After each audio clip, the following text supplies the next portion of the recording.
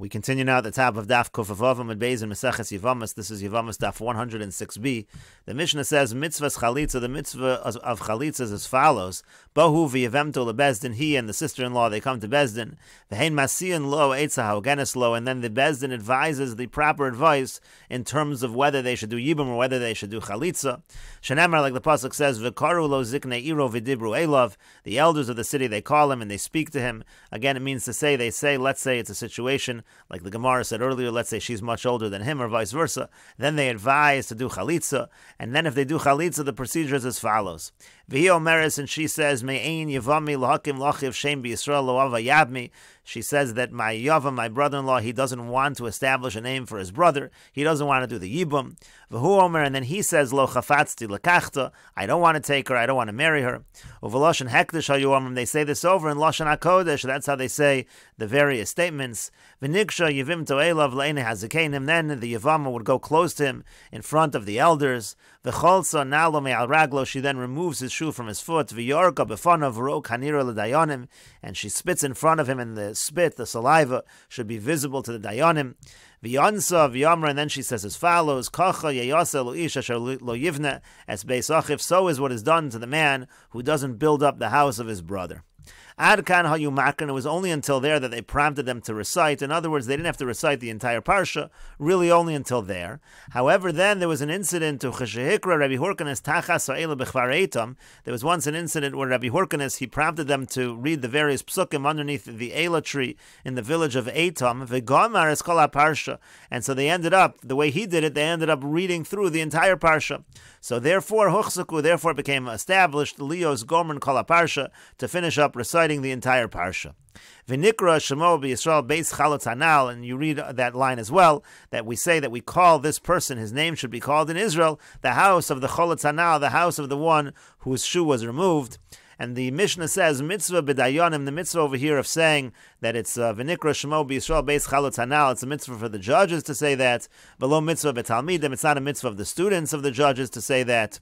Rabbi Yehuda says, no, mitzvah al kol ha'omdim sham. It's a mitzvah from everyone who's present there at the ceremony, lomar, to say, chalutz hanal, again, that this is the house of the one whose shoe was removed. And the Gemara says, Amar Rabbi Yehuda says, mitzvah's chalitza kora v'kore v'choletzes v'rokeka v'kora. The mitzvah's chalitza is as follows. First, she recites her line, then he recites his line, then she removes the shoe, then she does the spitting, and then she recites the other line that she's supposed to say.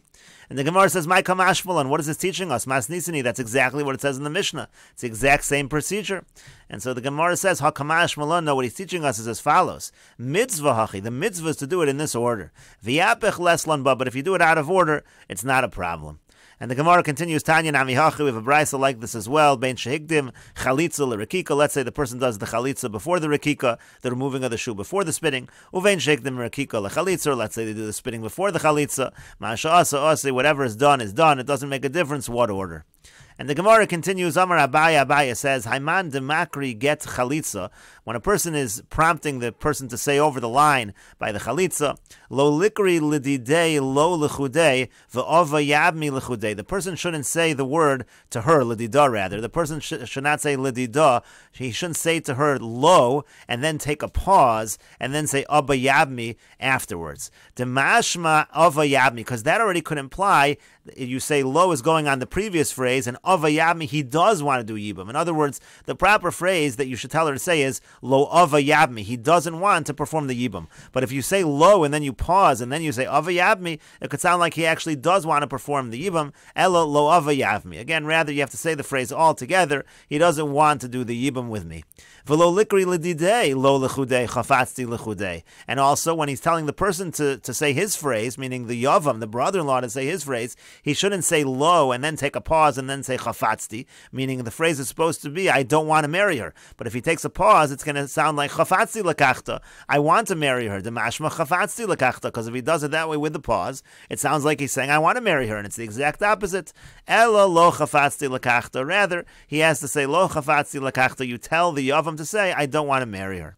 And the Gemara continues, Rava Amar Rava says, Afsuke milsi v'afsuke milsa les lunba. When it comes to just pauses or interruptions, it's just a simple pause, and a simple pause is not going to be a problem, meaning to say we're not concerned if there's a pause between the words. And we'll just note over here, the Bach's gear says, Asuke milsa hi, v'asuke milsa leslan ba. Again, he's just concluding his words. The fact that there's a little interruption is not going to be an issue according to Rava. And in any case, the Gemara continues, Rav Ashi ashkechel Rav Kahana. Rav Ashi found Rav Kahana to come mitzdayer umakri lo loava yabmi, that when he was telling her the line that she should say, it was difficult. He kept trying to tell her, you have to say loava yabmi altogether. He was very strict about this. So Amar le, so he said to him, Lo savar le mar lohad Rava, don't you hold what Rava says, you don't have to be strict about this. Amar le said to him, no, moda Rava beloava yabmi. Rava wasn't saying that by all of them. By lo chafatzi lakachta, so Rava was lenient. But by loava yabmi, Rava actually was strict as well, and that's why I'm being so strict. Rashi over here says, moda Rava beloava yabmi deboinan shalo yafsik. Rava over there says you can't have any interruption.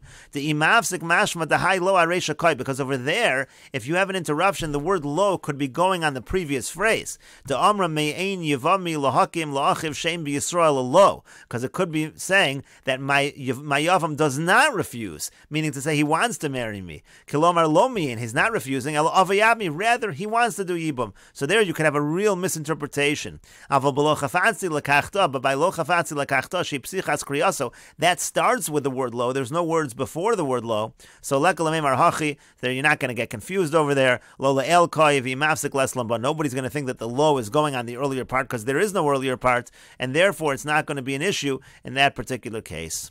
And the Gemara continues, Amar Abaya says, Haiman de chosav gita de chalitzas, if somebody's writing the document of a chalitza, lichtov hachi, he should write the following, Akrinua l'dida min me'ein yavmi ad ava yavmi. He should say that we told her to recite the psukim from me'ein yavmi, from that part, until ava yavmi. In other words, you don't write the whole pasuk, you just write, we told her to recite from here to there. Vakrinu l'didei, and we told him to recite the following psukim, min lo ad lakachta, from lo until lakachta. In other words, you don't need the whole pasuk of lo chafatzti lakachta. Vakrinua l'dida, and then we had her recite min kacha v'yad choletz hanal, from the word kacha until choletz hanal. In other words, Abaya's point is, you don't have to write out the entire pasuk. Now Rashi over here says, mi me'ein ad yavmi, again, you don't write out the whole pasuk, you just say from the word me'ein until yavmi. Umimneisha get eno misurtat. Now the logic over here is, since this document is not misurtat, meaning you don't have lines that are scratched into the document, so lo boy lemichtav kuli pasuk, therefore you don't write the entire pasuk. The kaimalan, because the halach is in kosvin dalet tevos below sirtot. You don't write 4 words unless you have sirtot. In other words, over here, you don't write out the whole pasuk because you don't have sirtot. If you were going to write out the whole pasuk, then you would have to have sirtot, you would have to have lines carved into the parchment. And the Gemara continues, Mar Zutra Mesartet, Mar Zutra actually would line the parchment, V'chasav l'kula parsha, and he would write out the entire parsha. Again, if you're putting sirtot over there, then you write out the whole parsha. And Rashi over here explains, Mesartet get chalitza, again, he would put the lines on the document of chalitza, V'chasav l'kula parsha, son, he wrote the whole thing.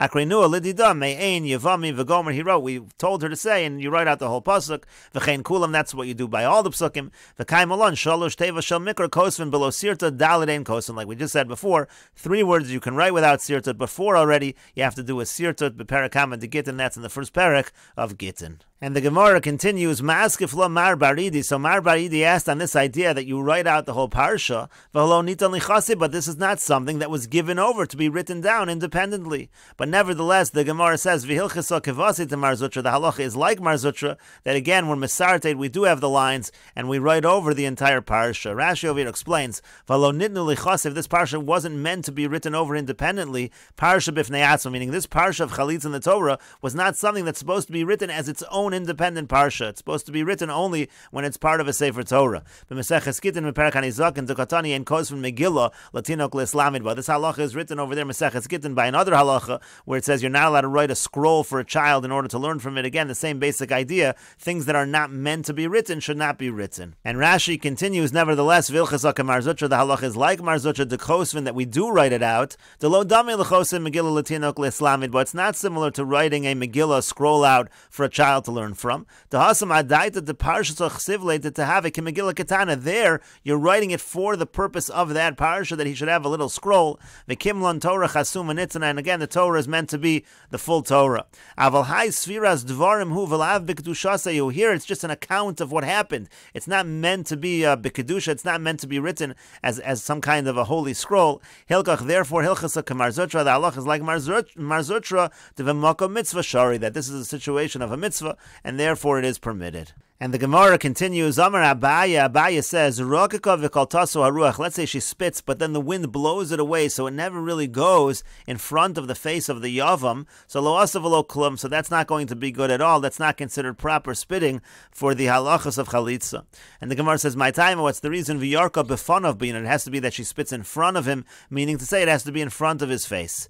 Hilkach, therefore, hu aruch v'hi goat. So let's say he's tall and she's short, meaning she is shorter than him. So then kal tasu aruach, then even if the wind carries it away, ika b'fanav, it's still considered b'fanav. It was still in front of him because the moment it leaves her mouth, it's right in front of his face. But he arucha v'hu goats. But let's say she's tall and he's short, meaning to say he's shorter than her. So then when it leaves her mouth, it's not really in front of his face until it goes down a little. So therefore, ba'inan ademoti lahade ape v'hader azil. So there, you need to have a situation where it actually reaches in front of his face, and only then, if it blows away, it's going to be good. But if it blows away before that, it's not going to be good. Rashi over here says, the kaltaso aruach laruk veviru shalo balif now yavam. If it never goes in front of the face of the yavam, that's a problem. Ika b'fanav kevin shiatzmi pia hayu b'fanav. If she's short, so then the moment it leaves her mouth, it's in front of him. Lahade ape means leneged panav. If she's taller than him, so it has to reach in front of his face. Shireyu lamul panav. He has to be able to see the saliva in front of his face. Kodim shikleteyu haruach, before the wind carries it away. And the Gemara continues, Amar Rava, Rava says, Achla tuma v'raksa, let's say she eats garlic and then she spits.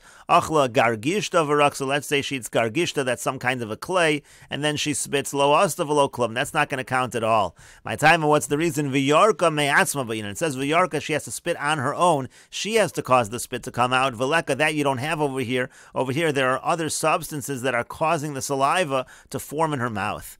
And the Gemara continues, V'yamar Rava, and Rava says, Tzrichi dayone lemichze ruka kinafik mipuma de Yevama. The judges need to see the saliva leaving the mouth of the Yevama. Like the pasuk says, La'inei hazikein v'yarka. It says in front of the eyes of the elders that she spits. And the Gemara continues at the two dots. The Mishnah said, "V'nikra shemo b'Yisrael beis cholotz hanal mitzvah v'dayonim v'lo v'talmidim." That statement that this person's name should be called beis cholotz hanal, it's a mitzvah for the judges to say that, and not the students or also the onlookers. They don't have to say that. And the Gemara says, Tanya, we learned in a Brai Summer of Yehuda. Rav Yehuda says, Pamachas hayinu yoshvim lefnei Rabbi Tarfon. One time we were sitting in front of Rabbi Tarfon. Ubasa Yevama lachlotz, and a Yevama came in order to do chalitza. V'yomar lanu, and he said to us, Anu kulchem, you should all answer. You should all say the following: Chalutz hanal, Chalutz hanal, Chalutz hanal. You should say 3 times the words Chalutz hanal. Hadron alach mitzvahs chalitza. This is the end of the 12th parak of Mesechet Yevamos. If you're enjoying this channel and these videos, please like, share, and subscribe. And please take a look at the description box below to see how you can support this channel. And we will begin the 13th parak of Mesechet Yevamos on Daf Kuf Zayin Amud Aleph in the next video.